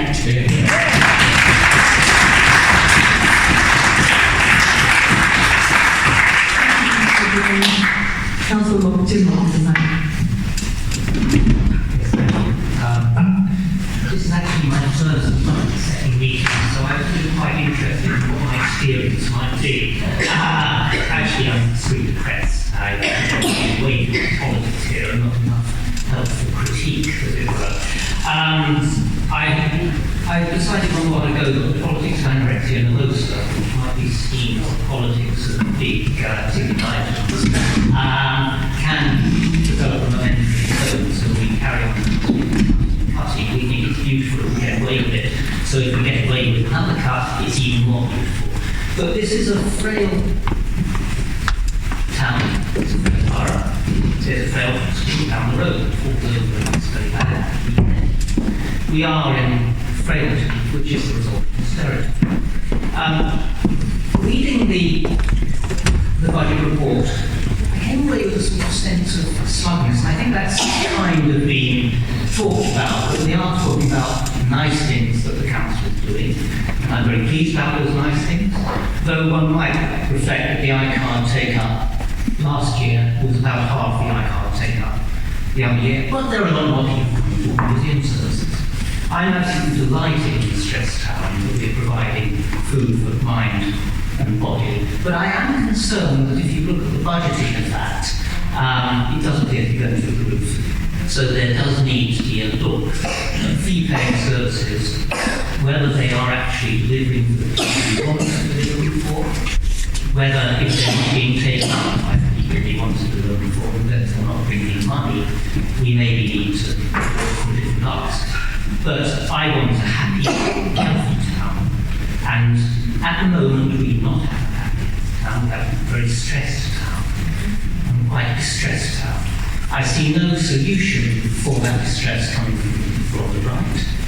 And I also, sadly, do not see the self-criticism as well as ambition coming from the left.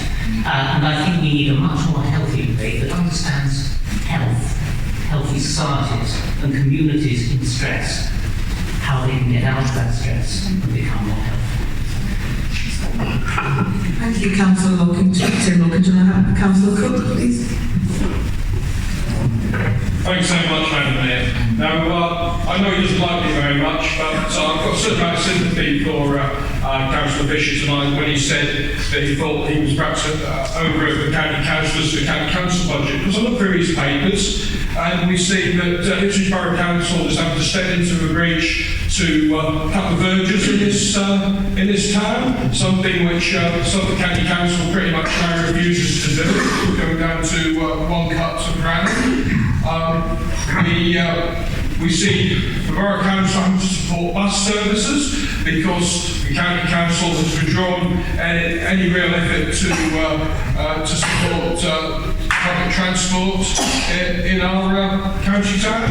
And we also see items in there relating to support for the voluntary sector. You know, perhaps we can remember last year when Suffolk County Council cut its grant to the Citizens Advice Bureau, which do vital work for our town. So, I've got every sympathy with him for feeling that he feels there are items in our budget which really, in a decent society, and if we had a Labour administration at the County Council, we wouldn't be seeing in our budget, we'd be seeing in theirs. Madam Mayor, what I really wanted to point out was I want to commend the efforts of our executive on this budget.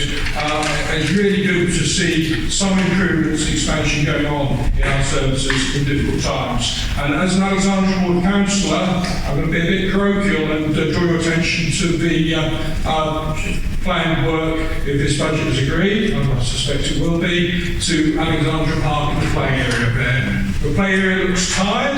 It's not surprising. It's been there for quite a long time now, and we're going to see the difference between a Labour administration investing in our town. I dare say if Suffolk County Council had the administration of our parks at their disposal, it might be hived off to some cheapskate third-party body rather than being dealt with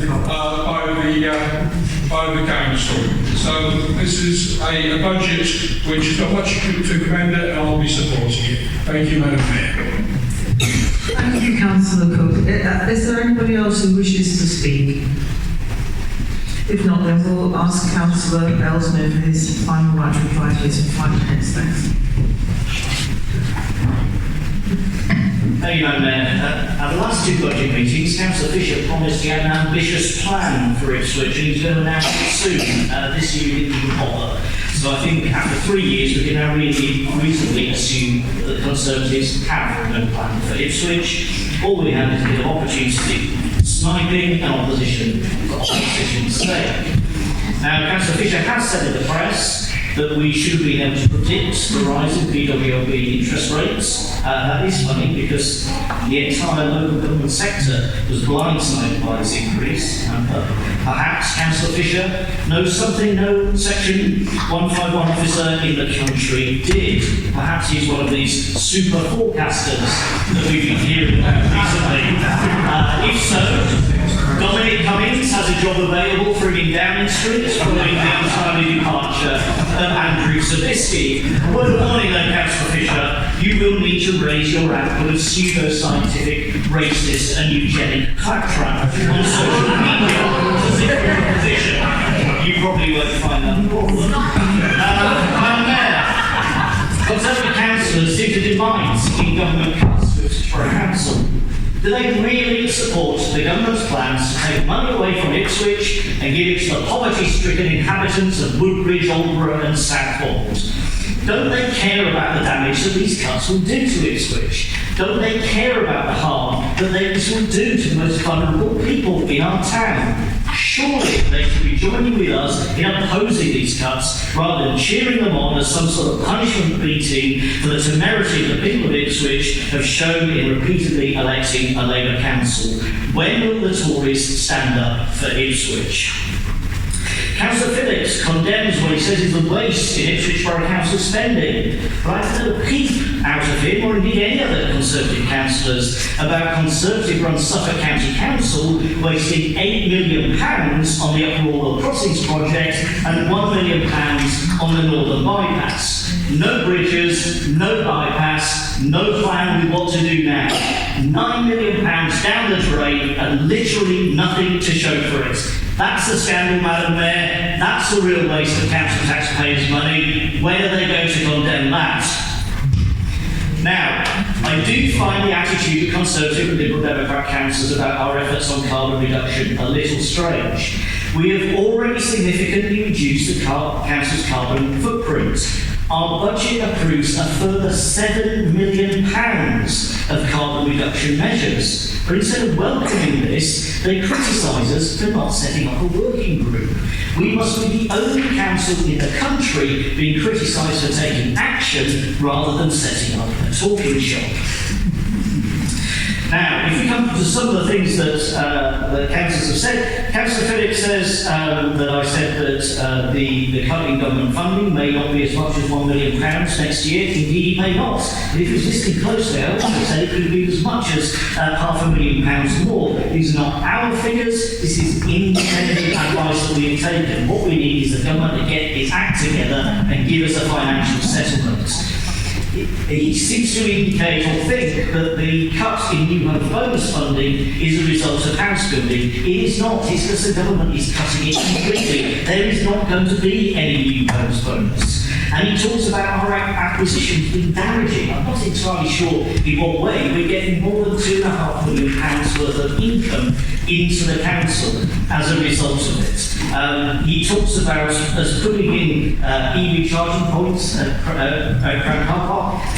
I don't actually understand what that was about, because we did that as part of the works on bringing Crown Park Car Park back into use. Yet, after displaying all this lack of understanding, he then says that he wants a place on our arm's length businesses. I think he just demonstrated why that shouldn't be. I just want to raise one point about a little chuckle about the point that Councillor Harson made. She says she can't vote for a budget which includes unidentified savings. I just looked back at the last budget in 2011, and there was £3 million worth of unidentified savings. Now, Madam Mayor, we had a lot of bluster from the Conservative councillors tonight, but the difference in the budget we are putting forward and the one Tory county councillors passed last week is clear. Labour-run Ipswich Borough Council is protecting services, Tory-run Suffolk County Council is cutting them. Labour is keeping Ipswich's council tax bills down, the Tories are increasing Suffolk's bills by more than twice the rate of inflation. Labour on Ipswich is investing to build new council houses, achieve carbon neutrality, improve play areas and protect historic buildings. Tory-run Suffolk is putting £10 million in the bank, earning next to no interest. I know which budget I prefer, Madam Mayor, and I commend our budget to the council.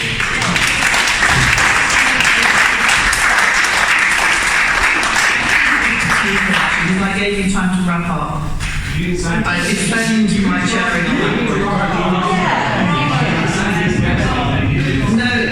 Councillor Fisher, I advised you that the time was up, and then I asked you if you would wrap up quickly. That was perfectly fair. Thank you. There will now be a recorded vote on the motion. Okay, councillors, will you please clearly say for, against, or abstain? Councillor Allen. For. Councillor Armitage. For. Councillor Barber. For. Councillor Carl. Against. Councillor Chenchi. Yes. Councillor Chisholm. For. Councillor Connolly. For. Councillor John Cook. For. Councillor Martin Cook. For. Councillor Cracknell. For. Councillor Darwin. For. Councillor Elavlacan. For.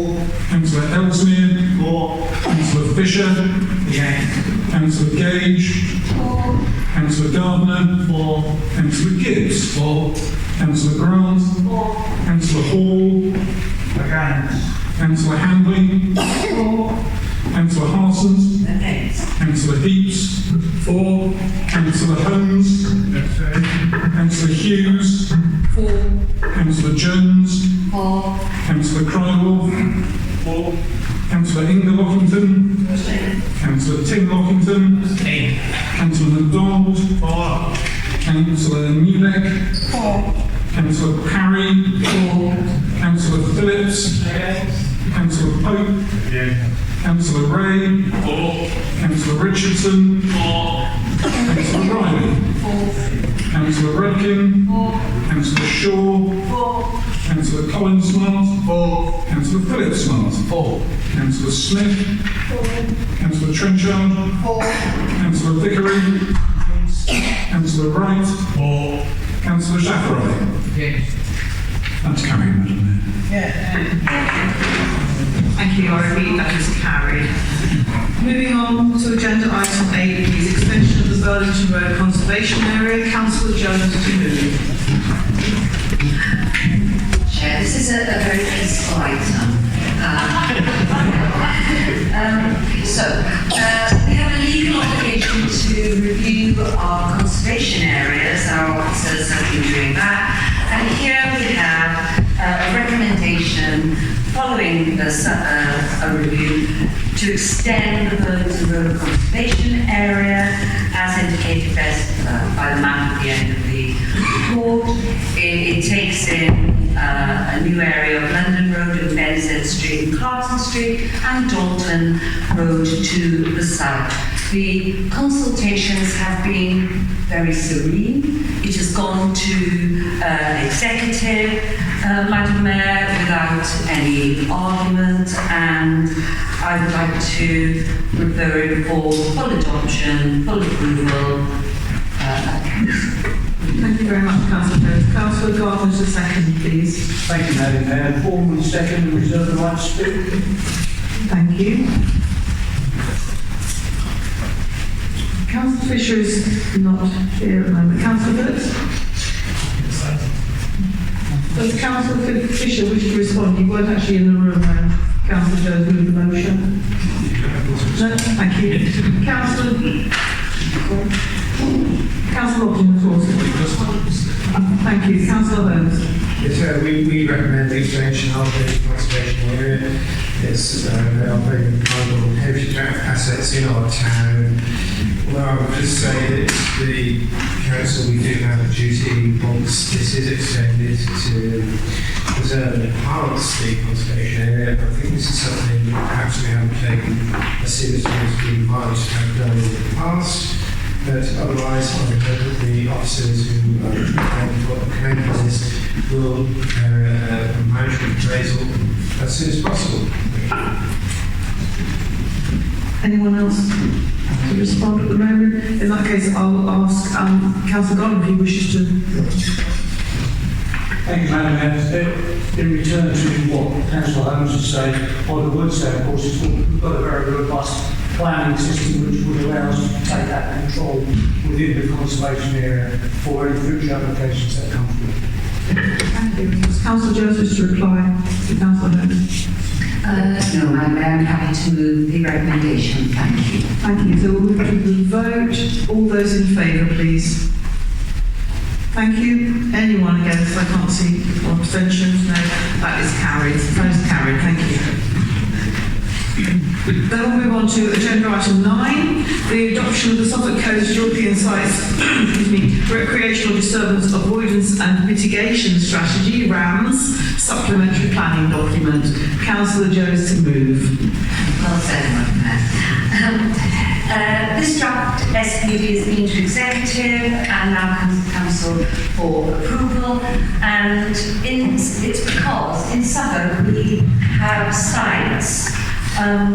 We have sites whose ecology and biodiversity are important and need protection, and the sites relevant to this SPV are not only important locally and nationally, but they are of European importance. And as planning authorities, we have a statutory part to play in their protection. Specifically, Ipswich Borough Council is legally obliged to avoid and mitigate recreational pressure rising from new residential growth. And how we do that is set out in this supplementary plan document, jointly produced by ourselves, East Suffolk, and Baker and Mid Suffolk. 2 comments I'd like to make. Firstly, that this work has an added importance because it came about following an objection from National England while we were preparing our local plan in 2017. And they said that the development proposed by Ipswich and Suffolk in their local plans could have significant adverse effects. And the way this will work is explained in 2.7. It's a tariff system, and it means that in Ipswich, a baseline of a very precise £121.89 per dwelling is proposed.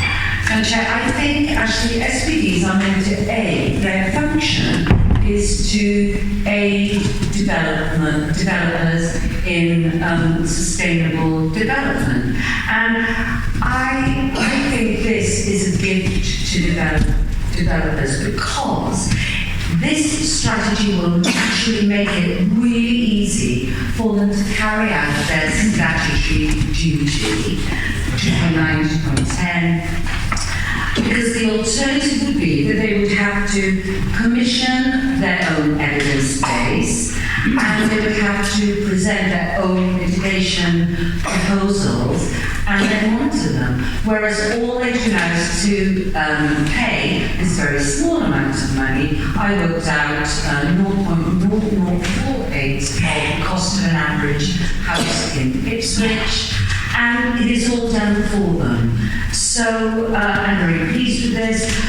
We did have consultation responses. The statutory constitutes were content, and no local or national house builders who have an interest in Ipswich made any comment or objection. So, Madam Mayor, I'm very happy to bring this to Council and thank the officers for their work in bringing it to us.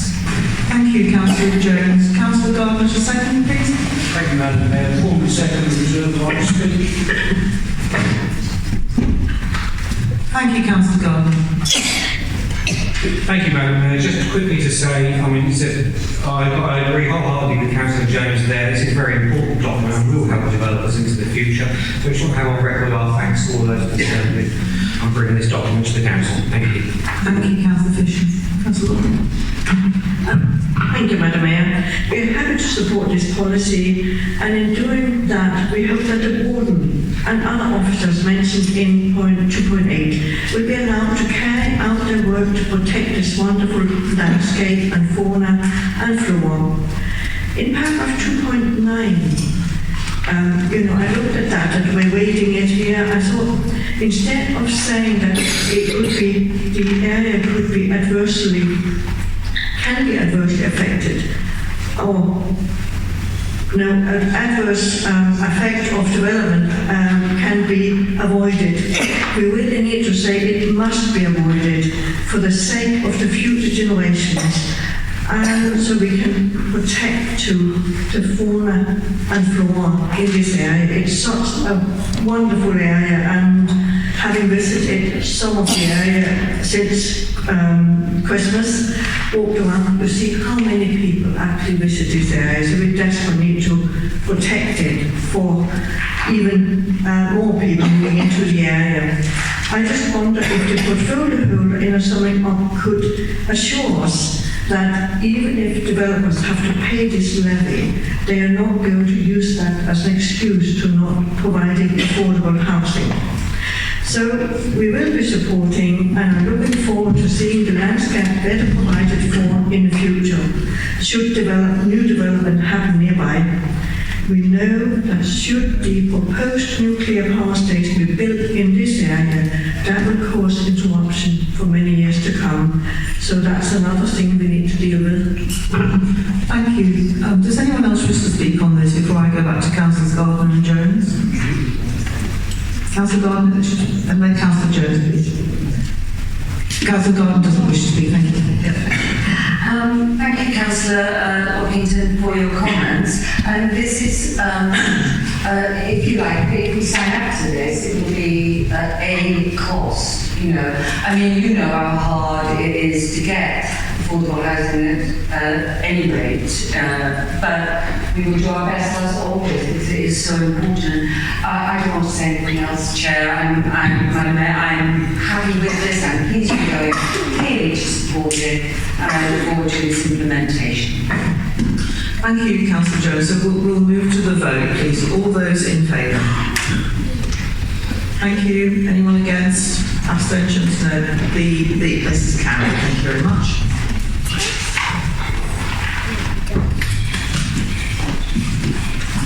Just allowing Councillor Fisher to leave on this one. Thank you very much. This is agenda item 10. We've got some people in the room. Thank you. This is the pay policy statement for 2020-21, and we have Councillor Murdoch to move, please. Thank you. Thank you, Madam Mayor. The Council has a statutory duty to publish a pay policy review and review it on an annual basis. The report that you'll have read here is the revised version for 2020-2021. I'd like to highlight a few of the changes to our previous policy. In 2013, the Council introduced the living wage as defined as the living wage foundation. So 1st of April 2020, the living wage rate for the borough will be £9.30 per hour, £2,943 per annum. For the purposes of this pay policy statement, the lowest pay post in the council is at grade 2, not grade 1, which is higher than the living wage foundation rate. The 2.5% increase that has been budgeted for in the medium-term financial plan and agreed earlier this evening applies to all pay points, but is ultimately dependent on a decision made by the National Joint Council. If the national decision changes, then the pay policy will be changed accordingly. We will also continue to pay increased apprentice rates significantly above the standard recommended minimum wage for all 3 years of the apprenticeship. Both Unison and Unite Union, the Council's two recognised trade unions, are aware that a 2.5% pay increase has been budgeted for the Council's pay increase, and that the national agreement will be implemented once finalised. I ask the Council to support the recommendations of the pay policy report on page 233 of the documents. Thank you, Councillor. Councillor Handley to second, please. Thank you, Mr. Mayor. I formally second the proposal and reserve the right to speak. Thank you. Councillor Phillips, did you wish to? Thank you, Councillor Dunbar. Thank you, Madam Mayor. I fully support the report, Madam Mayor. However, just a word of caution in respect to pay for grades 2, 3 and 4. On the appendix, grade 2 and grade 3 will be paid the same salary.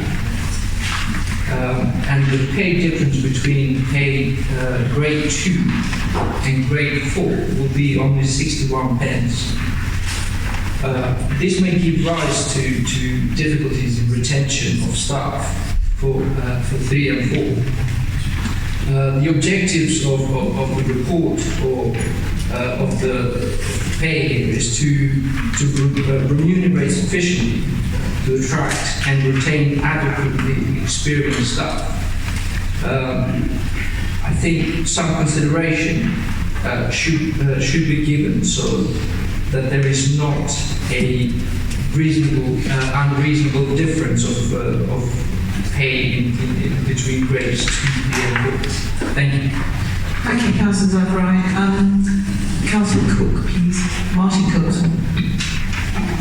Yeah, thank you, Madam Mayor. I just wanted to make a couple of quick comments on this. I mean, I'm still super proud of everything that we've been doing on pay policy since we took control of this council, with the living wage, the enhanced rates for apprentices that Councillor Murdoch has highlighted as well.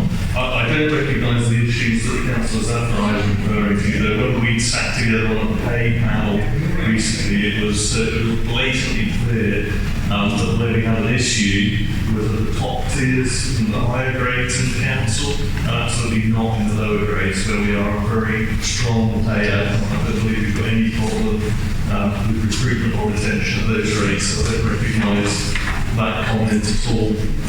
And just finally to say as well, I think 610 that we've got in there is a key thing about approval of packages over £100,000, which means we're never going to have an Andrea Hill situation at this council. And indeed, at 6.4, where it talks about the ratio between the chief executive and those people down on those grades 2 and 3 being so very low at 5.6 times. I challenge anyone to find a local authority, certainly anywhere in the east of England, possibly wider, that is more egalitarian and more equal than we are. I will wait anyone to disprove that. I think that will be the most equal council in the country. Thank you, Madam Mayor. Thank you, Councillor Cook. I do apologise. Councillor Lockington. I think the point might have been misunderstood here. I'm not claiming that grades 2 and the chief executives are being paid such a different way. I'm saying grade 2, 3 and 4 should be paid a slightly different pay to what they are being paid currently, as there is no difference between 2 and 3. Thank you. Thank you. Councillor Lockington. Thank you. Councillor, does anyone else wish to speak at the moment? Then I'll move to Councillor Hand if you do wish to say anything. And then Councillor Murdoch, do you want to respond to any of the points raised? Madam Mayor, I think Councillor Martin could actually answer the question. And I think you had a meeting and he clearly explained. So we can have a word with him, but I think that it was studied, scrutinised in depth, I believe, and across parties, and you came out with it as well. So I can't see the problem now. Had you had a problem before, you should have raised it beforehand. Thank you. Thank you very much. We'll move to the vote, please. Do we need to invite you? No, we'll move to the vote. Those in favour? Thank you very much. Anyone against? Abstaining? That is carried. Thank you very much. And we'll invite the people to come in, please. Thank you.